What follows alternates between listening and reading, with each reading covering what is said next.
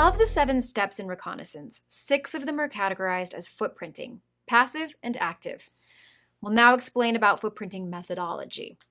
We will be talking about various sources you can use to get the information you need. So where do you start, right? Especially when you want to attack a system or network of a business. Well, first you'll look for publicly available sources, or what we call an open source. You can get quite a lot of information about the organization, its culture, hierarchy, and people this way. You can use websites, search engines, Google, Whois, DNS footprinting, and maps of the location to gather information about the organization.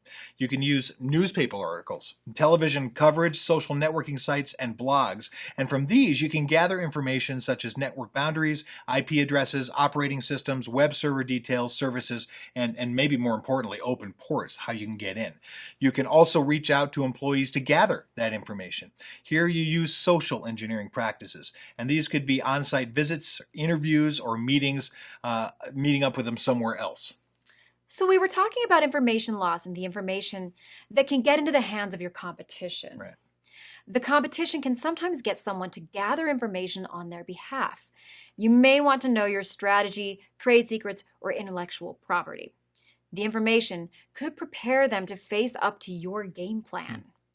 As an organization, you need to protect your own data and identify vulnerabilities. And quite often, attackers want to collect information while maintaining their anonymity. They don't want to be traced, and who can blame them? So they will look for publicly available information on the internet and other sources. And many times, whistleblowers or disgruntled individuals and those who want to make information about a company public will use pseudonyms to reveal information. Other times, officials who cannot make information public give out information anonymously. You can gather a lot of valuable information from these sources. This is known as pseudonymous footprinting. You can collect information from emails sent out from the organizational mailboxes. Social engines are a great source of information about an organization. You can try to gather information by scanning the network or gathering information about the applications. Right. And as a hacker, you can employ so many techniques or means to gather information. There's so many out there.